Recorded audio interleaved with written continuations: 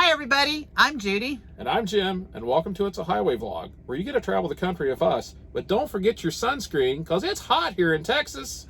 So while you're applying that sunscreen, Don't forget to subscribe to our channel, like this video, and give us a big thumbs up. So you'll get notified and you won't miss anything. ever. Ever. So hey look, we're back out on the road. It's hot, we're in Texas, and we got a scary story. And we'll tell you a little bit more about that. Right after this.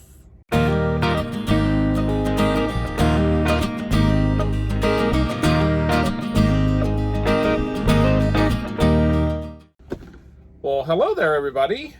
Hi guys. We are doing our first video here since we've been back out on the road. We've only been out for about 3 or 4 days. That's it. Yeah, so we're back. We were home for 2 months. 2 months. 2 months, That's a and very long time. the reason why has to do with these right here. I no longer need to wear these when I'm driving the truck. Of course, I can't see the camera. I was home and I had cataract surgery. And because I finally got to the point where I just couldn't really see too well. And so I was originally supposed to have it in July, and then the date got passed back to August. And so we stayed home, recuperated a little bit, and now I can see. Yeah. And Judy says, you have to wear glasses because I don't recognize him. I don't Who recognize is you. this person without So- glasses? for the video's sake, and the fact that I need to be able to see, because before I couldn't see far away, and now I can't see up close. And we talked about that though, because you're still recovering. Your eyes are still adjusting. Right. The close-up may get better, at least not that far away that Yeah. you can't see. But it might be this, but it might not be that. But like, I see better than I've seen in like 30 years when I'm driving, and got me a neat little handy dandy pair of sunglasses here. Woohoo! Here, visual aids. Visual aids. So these are my driving glasses. Got a little magnification down there on the bottom so I can see up close to read stuff. So See, yeah. I never even knew sunglasses did that. I didn't know there were such a thing as Well, sunglasses. these are really magnifying highly things. super specialized, super expensive sunglasses that I managed to find in our local drugstore for Yeah. Drug on Mart sale plug. Drug Mart plug. for $2.50 a pair. I bought 3 That pair. is $2.50, folks. Yeah, so- Not $250. Lucky. $2. It worked good. So I can see again. So that's great. So if you break them, they were $2.50. So we're back out on the road. We are actually at the moment in Fort Worth, Texas, Yeehaw! at our carrier's sort of orientation center here in Fort Worth. Good place to park. Yeah. We came up here yesterday and we actually went to a class today. It was a CABS class, which is basically like a continuation, an update of safety And business. and so we enjoyed it. We thought it was a good class. We had a good time. 2 of our friends that we have known forever and actually went to orientation at our previous carrier with 10 years ago. Hi, Gary. Hi, Tracy. Yeah, they are here with us, and so we went to class together today. So it's good to meet up with folks out on the road. So we are currently setting. We at the moment don't have a load. We brought a We're load. working on it. We brought a load down here. Yep. It's actually a refrigerated load, which for whatever reason we don't do too many of those here. And so it's a good paying load. Got us down here. It's really hot. Yes. And I think the heat must affect people's brains. Oh. Judy's just dying to tell us a story, and she said we have to tell this story wait. about this. Well, I wanted to go with the heat thing first. Okay, go with the heat thing. Because I looked up on the Weather Channel, up in Ohio, mind you, I think it's in the 70s. Yes. I looked on the Weather Channel app today, and it said that it was 98 degrees, which 98, usually it's 98 degrees. That's still really hot. But Yes. when it said it feels like, anybody want to guess what it felt like? Hotter than hot. Hotter than hot. 106 degrees. Ooh. And I think yesterday coming across from, where were we at yesterday? San Antonio. San Antonio. That's where we were. Coming across, I think our, it registered 103 on our truck thermostat. So Yeah. anyway, I'm not dying to just tell the story because this was your story to tell. Yeah. So So make it exciting. Make it you can't wait to hear it. It's coming. It's coming. Just pure stupidity. We unloaded the other morning in Houston, and we left, and we had another drop off. And so as we left Houston, we were driving west on Interstate 10, and there's like 8 lanes of highway and another bonus lane that's a carpool lane to the far left side. And there's like a small median between the two. They've got these plastic like barriers up.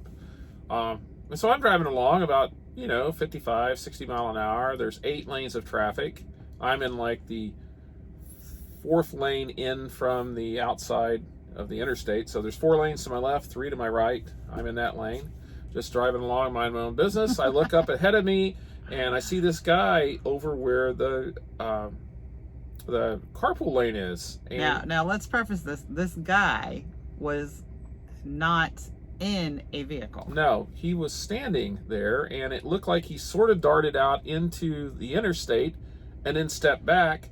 And then he got like into like a runner's crouch, like he was going to get ready to run a race. Set, go. And here I am watching him, and I'm just driving along, and about the time he took off. And he did run. He ran all the way across the interstate. He was so close that he went right directly behind our truck. Yeah, he did kind of pause before our truck. He waited till our truck went by. It's like he was picking a spot. And I looked in the mirror, and I'm like, that guy's going to get killed. And I looked, and there was a van in the far right-hand lane, literally had to come to a screeching halt on the interstate, or he would have ran over this guy. And I was just watching in the rear view mirror, sort of, like, I'm going to see somebody get hit on the interstate at 60 mile an hour. And luckily for the guy, he didn't do it. I have no idea what possessed him to take off running across the interstate, and we don't know if he came from the other side either. Yeah. All we know is he started off like in the express lane. Yeah. And we don't know where he came from, because we just saw him on the side of the road. So we had no idea where he came.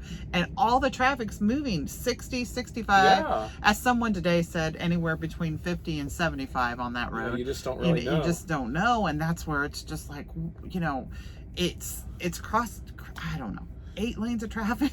Just so like I said, it was the heat. Take off running. Had to be the heat. I don't know. And he ran. He had to be pretty ran, hot afterwards, and too.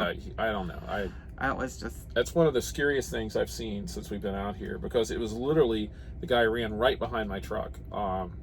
There were 2 cars to my left hand, and he took off as soon as the car cleared him, running right towards my truck. And like he could have been more than 25 feet behind me. Yeah. And so by the time I'm looking in my mirror, by the time he gets over to the far right lane, he's a good 150, 200 yards behind me. And that van like a cargo van, had to come to a screeching halt, actually steered over into the lane next to him. The guy like freaked out right in front of the van a little bit, and then he just ran off. And that was, by that time, I'm like, that's just crazy.